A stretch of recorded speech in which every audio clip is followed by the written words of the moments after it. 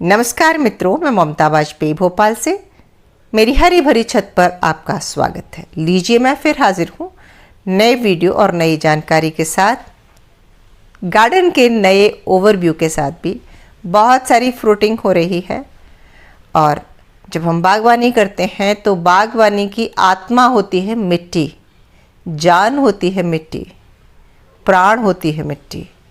आज मिट्टी के बारे में ही बातें करेंगे। एक प्रश्न आया था कि आप हमेशा कंटेनर में मिट्टी बनाने के लिए तो बहुत वीडियो बनाते हैं, क्यारी की मिट्टी कैसे तैयार करें। वीडियो के अंत में मैं वो भी बताऊंगी कि क्यारी की मिट्टी कैसे तैयार करें। साथ ही मैं डिटेल नॉलेज दूंगी कि अच्छी मिट्टी क्या होती है। जब हम मिट्टी को मुट्ठी में बांधें और उसका गोला बंध जाए और हम उसे फेंकें तो वो फिर से छार छार होके बिल्कुल बिखर जाना चाहिए, वो मिट्टी अच्छी होती है। और अगर वो कड़ी पत्थर जैसी गोला बनी रही, जैसा कि काली मिट्टी अक्सर होती है कि उसका ढेला आप दूर तक फेंकें तो वो पत्थर की तरह काम करता है। तो वेल ड्रेन भुरभुरी मिट्टी पौधों के लिए अच्छी रहती है ताकि उसमें जड़ें पहुंच सकें। ये तो हो गई स्ट्रक्चर की बात। पीली मिट्टी जो होती है वो नेचुरली भुरभुरी होती है, लेकिन काली मिट्टी और लाल मिट्टी जो दक्षिण भारत की होती है, ये गीली हो तब तो ठीक है, मुलायम होती है, लेकिन सूखते ये हार्ड पत्थर जैसी हो जाती है। तो ऐसा न हो, इसके लिए हमें इसमें ऊपर से चीज़ें मिलानी पड़ती हैं। पहले मैं आपको ये बताऊं अच्छी मिट्टी क्या होती है। नेचुरली, प्राकृतिक रूप से जंगल की जो मिट्टी होती है, जहाँ बहुत सारे पेड़ पौधे होते हैं, पत्तों का जो पतझड़ होता है, सूखा हुआ वो अवशेष, पत्ते टहनियाँ कट के गिरती हैं, वो भी धीरे धीरे सड़ती हैं, उन टहनियों का अवशेष, पेड़ों पर जो पक्षी रहते हैं उनकी बीट, पक्षी मर जाते हैं, उनका पूरा अवशेष, साथ ही नीचे जितने भी जंगल में जानवर होते हैं उनका अपशिष्ट, वो जो सूसू पॉटी करते हैं वो, इसके अलावा वो मरते हैं तो उनकी हड्डियों का चूरा, सड़ा हुआ मांस, सब कुछ मिलकर मिट्टी की जो ऊपरी सतह पर जम जाता है, वही मिट्टी को फर्टाइल बनाता है। जंगल में ये सब नेचुरली होता रहता है। जीव जंतु, जानवर, कीट पतंगे और सूखी टहनियाँ, पत्ते, सब कुछ होता है। तो वो जो जंगल से आप मिट्टी लाएंगे वो बहुत हेल्दी मिट्टी होती है। अब हम गमले में उगा रहे हैं तो हमें वैसी मिट्टी तो है नहीं, तो हम उसमें पत्ते का चूरा मिलाएंगे, बोन मील मिलाएंगे ताकि हड्डी हो जाए। और जितने जानवरों का गोबर हो सकता है, उसमें बकरी का हो, उसमें गाय का हो, भैंस का हो और मुर्गी की बीट हो, तो हम आर्टिफिशियली जितना ये सब चीज़ें कलेक्ट करके मिला सकेंगे। जब मैं पत्तियां मिलाने की बात करती हूँ तो अगर विभिन्न तरह के बहुत सारे पौधों की पत्तियां होंगी ना, पेड़ों की, किसी एक पेड़ की ही पत्ती मिला देना सब कुछ नहीं होता। पत्ती मिलाने की बात करती हूँ तो बहुत सारे जो वृक्ष होते हैं उनकी पत्तियाँ हों, टहनियाँ हों। अब देखिए, मैं आपको एक बार फिर से बता देती हूँ कि मेरी ये जो गार्डन की मिट्टी है इसमें पहले से बहुत कुछ मिला है, लेकिन मैं आपको बताने के लिए बता रही हूँ। मैंने एक ट्रे में भूसा ले रखा है तो ये मिट्टी को भुरभुरा करेगा।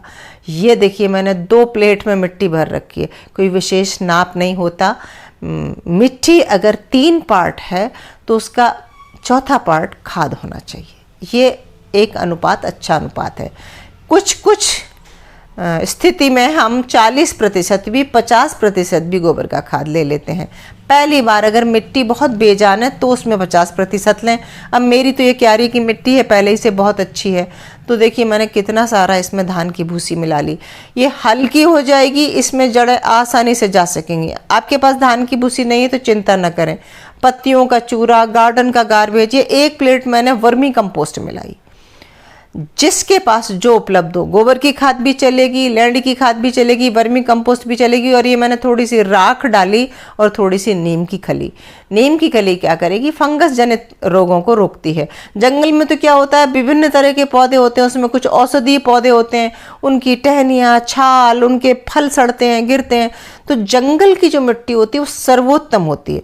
ये हमने यहाँ ऐसी बना ली।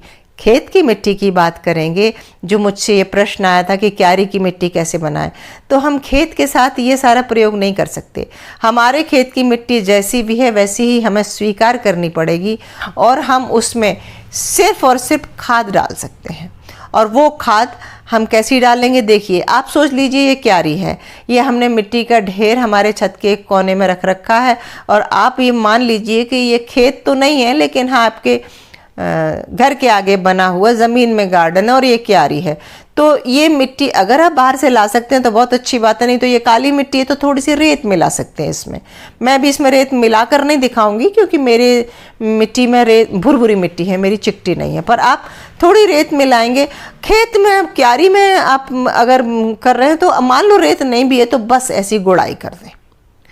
जब पहली बार क्यारी में भर रहे हैं तो आप रेडी कर सकते हैं, जैसे कि मैंने अभी गमले के लिए की थी। पर अगर नहीं कर सकते तो सादा मिट्टी लाकर ऐसे उसकी ऊपर नीचे गुड़ाई करें और उसमें ढेर सारे सूखे पत्तों की एक ऊपर लेयर जमा दें, फिर ऊपर ऊपर थोड़ी गुड़ाई कर दें, फिर धान की भूसी डाल दें, फिर सूखे पत्ते डाल दें।